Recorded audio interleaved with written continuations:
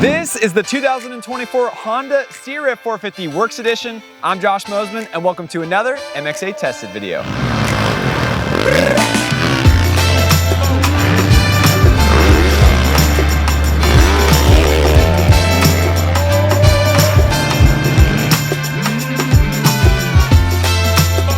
There's no doubt that the Honda CRF450 is one of the most beautiful bikes in the class. This year though, no major updates for 2024 as Honda is gearing up for a big year of updates in 2025. With that, we know this bike like the back of our hand, so let's get into it.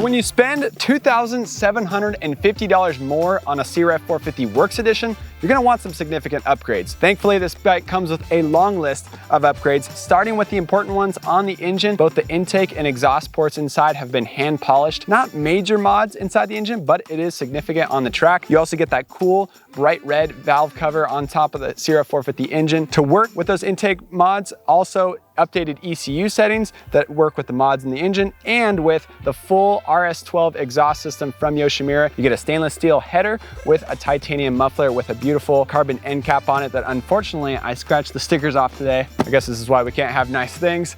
Also, starting from the top, aesthetically, you get the Throttle Jockey seat cover with the Throttle Jockey graphics that make you feel like Jet Lawrence on the track. You also get the Renthal Kevlar grips. These are more durable, a little bit thicker. The triple clamps also have a little bit darker coating to them rather than the raw look that the stock CRF450 has. Also, big updates to the suspension. They are coated fork legs, Kashima coated fork legs with unique suspension settings for the Works Edition model, as well as the shock shaft is coated as well, and it's bigger, a bigger diameter, going from 16 to an 18 mil shock shaft to add a little more bottom end and a little more hold up on the shock. Also, you get the LTX rims from DID, plus it has a full Hinson Racing clutch basket inside with a Hinson Racing clutch cover on it as well. It's got a gold DID chain and it comes with a twin air filter inside. That's pretty much it on the 2024 Honda CRF450 Works Edition.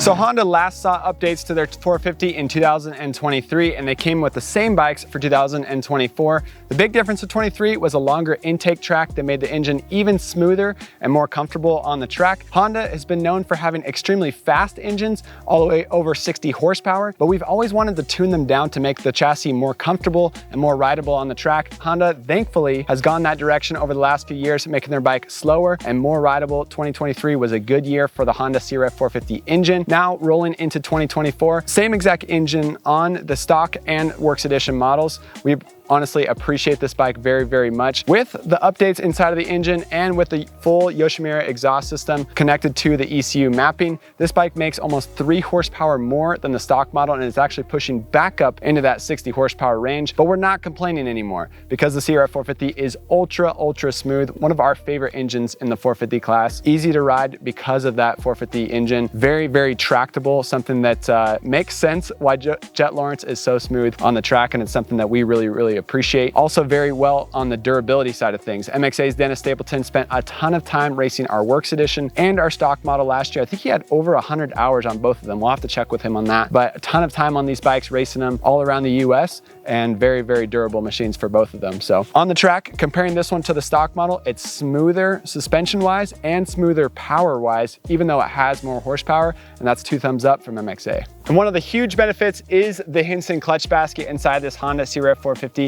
Full CNC machine clutch basket means that it's much more durable than a stock clutch basket, and because it's a little more heavy duty, it actually helps to modulate the power. Think about it, your clutch has all kinds of RPM going inside of the engine, moving super fast with all the other rotating mass inside of the CRF450 engine. By making it a little bit stronger, a little bit heavier, it almost works as a flywheel weight. Not not quite, but almost does, to make the bike be even more tractable and get more traction at the rear wheel. We really appreciate the CRF450 engine and the Hinson clutch basket, the ECU tuned from Honda, the Yoshimura exhaust system, and the polished, just slightly polished intake and exhaust ports inside the cylinder make this thing extremely comfortable on the track and something that we really appreciate. And that's definitely our favorite part about the CRF450.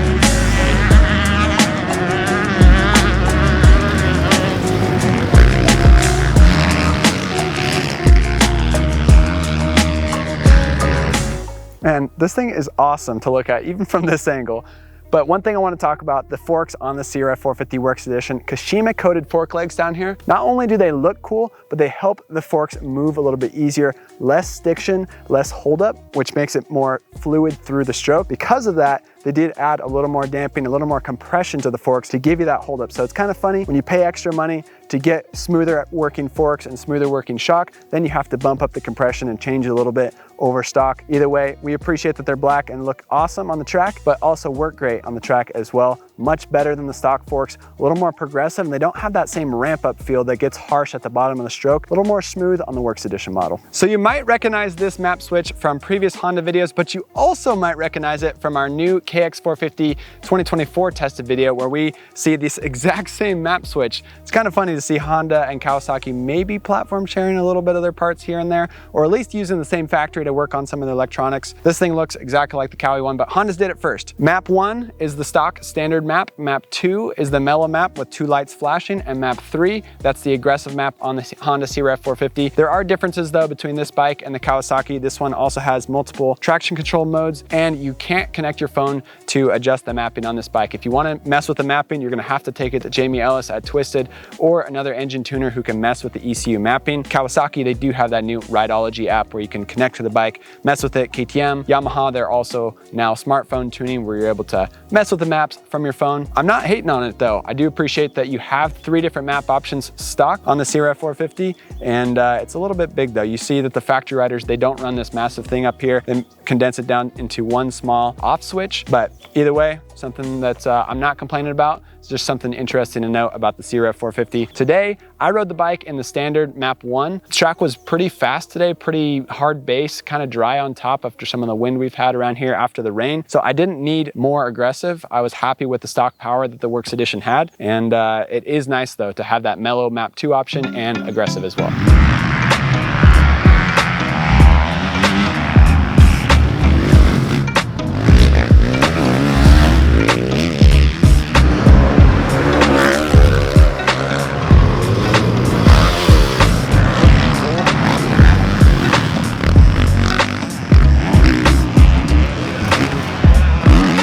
So talking about the hydraulic clutch on this Honda CRF450 Works Edition, I appreciate the hydraulic clutch and I do not mind it at all on the track today. It is maybe on the stiff side for actuation here. I've been switching over to use my pointer finger. It's helping me get my elbows up a little bit in the corners rather than using the middle finger. So it is a little bit stiff, but I do want to tell you guys, when you're racing with the CRF450, the stiff feel that it has on the start, the initial launch off the gate, it's a little bit tough to predict exactly where it is within the engagement point. The Yamaha, the cable clutch, or even KTM's hydraulic clutch, a little bit easier to know exactly where it's at. We have seen some people throw Kawasaki master cylinders on here to make for a more consistent launch off the starting gate. And that's something to think about if you're really particular and if you're a serious racer on a Honda.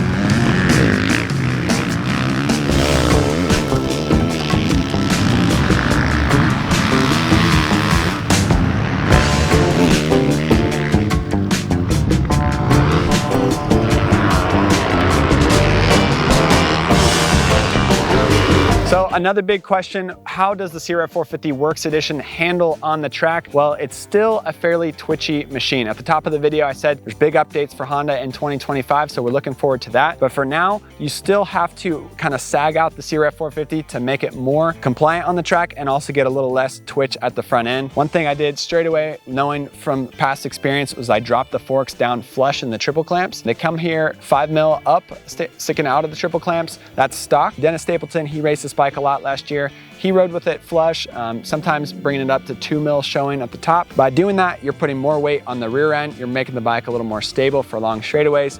Also, the sag lower on this bike than any of our other test bikes. I run it around the 108 mil. That's my sweet spot on this bike. When I raced the Honda CRF450 Works Edition at the Thunder Valley National last year, I had Brandon at AHM Suspension set up the bike. We also put a Pro Circuit linkage on, and his suspension valving with a little more hold up in front and rear. Also, raking it out, dropping the forks to flush helped me big time on the track. That's one thing you need to do. You also need to stiffen up the steering up here as well. Give you a little more, almost poor man's steering dampener coming into corners to make sure you don't get that knife feeling that sometimes happen, or even the oversteer feeling that you can have on this bike. I always say Hondas are the best bikes in class for throwing a whip. They're also some of the best bikes for knifing through a corner and getting ultra sharp corners on the track. So I appreciate how this thing corners, but you have to be mindful of it and set the bike up for it. No matter how low the rear end is, you can still corner on the Honda CRF450.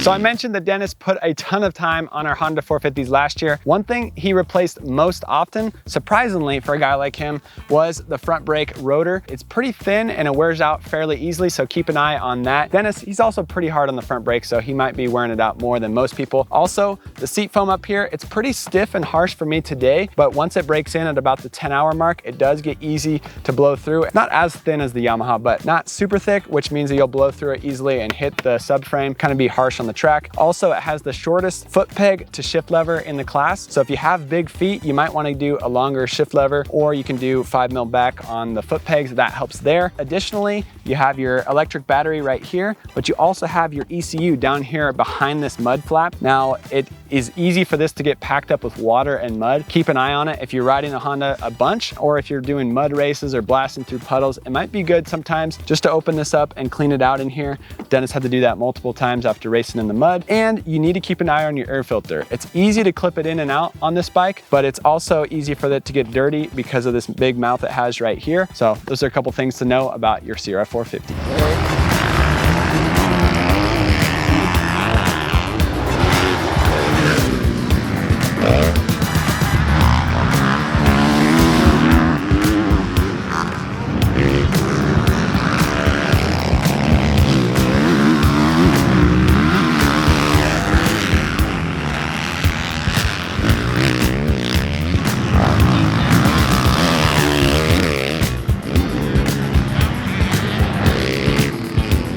Also, I did throw Ride Engineering's 23.5 offset triple clamps. They're the split clamps that add a little more comfort on the front end. They also knock it out to 23.5, so just a little further out from the 22 mil stock offset. Longer wheelbase also adds durability on the track. Additionally, all Hondas come with 1.1 radiator caps. We immediately switched that out for a 1.8 radiator cap from Twin Air. I definitely recommend you guys getting one of those. Other than that, the CRF450 Works Edition, extremely durable bike. Dennis Stapleton, like I mentioned, put a ton of hours on our Hondas last year, and overall, everything held up well. Just keep an eye on those little things that we mentioned. But thank you guys for watching this video. We have a lot of fun riding this bike and looking forward to do more tests and more races on it this year. If you guys have any questions about the CRF450 Works Edition, you can leave it in our YouTube comments and we'll answer back to you as quickly as we can. Thank you guys for watching. See you in the next one.